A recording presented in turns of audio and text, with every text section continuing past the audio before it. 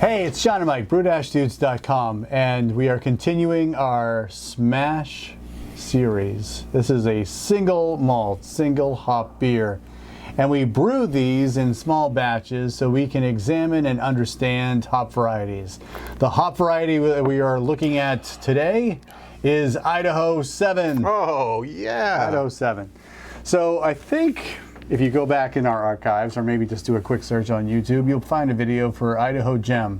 And I think we gave that a little Metz, you know. I don't think Mike gave it high grades, and unfortunately, I think we took that feeling on all hops with the Idaho moniker, and that's on us. That was our mistake. And I'm joking because I've heard and read a lot about Idaho 7. I think I've even brewed with it before on you know, some other things, but we've never done a SMaSH. So this is the time that we have a little tasty. We fixing our wrongs. Examine, you know, what the aroma comes out in these very simple beers, and talk about it on camera and, you know, broadcast it to the world on the YouTube platform. So I will, as Mike talks, I'll talk a little bit about the format if you're just new to the channel. 1 gallon batch, 2 pounds of grain, and then 1 package of hops. I tend to, with these newer varieties, 15 minutes into the boil, a little smidge goes there. A little larger smidge goes towards flame out, and then I save a little smidge for dry hopping at day 3 of fermentation. And that's really it. The yeast I use is the neutral strain of American Ale US 05, and it makes a nice clean neutral beer to let the hops sing, and we can discuss it. So with that, this is forced carbonated. No bottles were needed for the production of this beer. What's your take on the aroma? Because this is I'll tell you a little bit of the process. Like racking from the 1 gallon jug to the small keg, I always have a little left over for a taste, and I have that thought of like, is Mike gonna like this or not? And I'd say 9 times out of 10, you know, I nail it. But like sometimes I'm surprised. He's like, nope, this is a pass for me. But this one, I was like, all right, he's gonna like this one, and I think he's digging the aroma.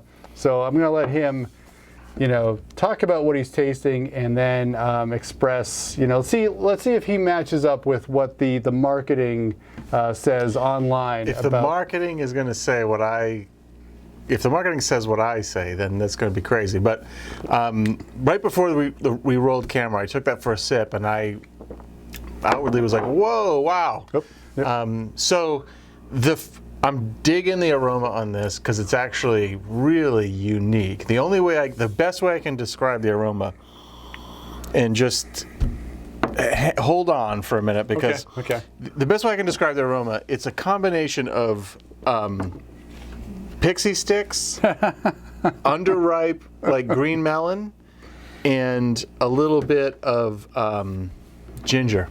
Okay. Right? Like that's the best way I can describe it. There's like a zinginess, like a ginger zinginess to it, but there's also like this sugary, like pixie stick, citrus type quality to it in there. There's a floral note that's relatively strong. Underneath it all, maybe it's like more of like a geranium, the ginger thing in there is where I'm getting that. But there's a zinginess that reminds me of ginger. It's not like super ginger in taste or aroma, but it's got some of that essence. The flavor carry through is the same. There's a nondescript fruit character to it, but on the top of my palate, in the back of my palate, I'm getting like lime zest and ginger and like pixie stick, like orange cherry pixie stick. Right? It's just, you know, just that sweetened flavored sugar thing. That's not to say that the beer itself presents sweet, but that's what I'm getting. It's like really vibrant and bright. Yeah. Really bright. I think that's why there's a lot of great things said online about this hop. Is it has a brightness to it, and I think that's why. All right, there's something here. It's pleasant. You know, it's certainly one that I want to like keep drinking for sure. I think you hit it. The one note I had when I was tasting it before I came over, a nice resiny, piney, background to it all. With all the fruit that you're discussing. Yeah, maybe that's the gingery thing. Is that, Yeah. Yeah. So I'll talk. This is straight from Northern Brewers product details. Idaho 7 brings pungent tropical fruit and citrus. Think apricot, orange, red grapefruit, papaya, with big notes of resiny pine and hints of black tea. Black tea. See, black tea to me is, I think people talk about black tea and they really mean like Earl Grey bergamot, which is a citrus thing, right? Yeah. Yeah.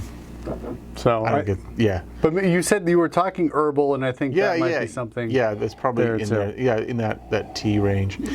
The real magic of Idaho 7 is supposed to be all of the trapped thiols in the oils that are really released on biotransformation. So using Idaho 7 like 2 days into fermentation, 3 days into fermentation, this hops particularly, I love what I'm getting here, but it's really supposed to transform into something greater than the sum of its parts upon biotransformation. Of course, that has to happen with the right yeast strain too. Not every yeast strain is going to unlock thiols, but man, just on its own, I would love to combine this with a couple other things, just for that brightness, that tangy brightness, that zippiness that I don't think I've ever experienced in another hop. Scott Janish from the new IPA book, he loves this hop. Yes. Down at Sapwood Cellars, him and Michael Tonsmeyer, they love this hop. Makes sense. And use it as a base for almost all of their IPAs. So what do you think that? I know you're saying pixie stick, which I don't know if if everybody knows about that particular candy, but just think of like straws, paper straws with a colored flavored sugar in it. Yes, well, like and when you put it on your tongue, citric acid. There's the citric acid. There's like the zinginess to it, which is sort of reminiscent of ginger. If you haven't had pixie sticks, I guess what I would also liken it to would be when you open up a package of Smarties and smell that, there's like a powdered sugary zinginess to it. Not that I'm snorting a lot of Smarties anymore, but clearly we've grown up. We're on to bigger and better things. Yeah, so if you don't know Smarties, I can't help you. It's okay.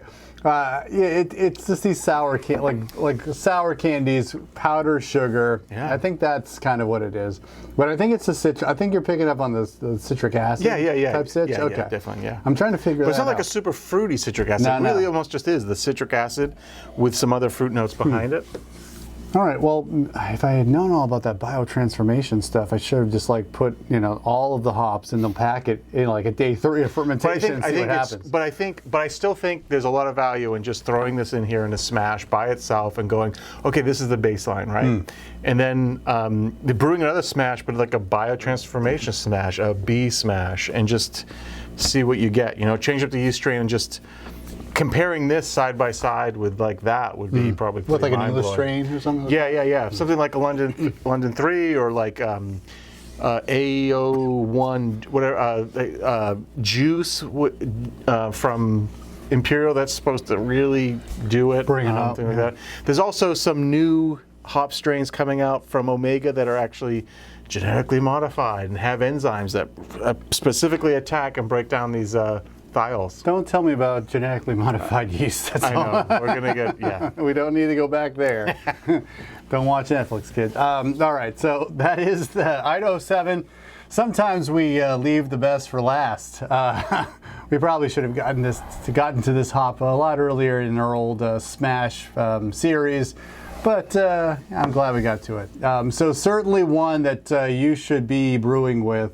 I think Mike gives it 2 thumbs up.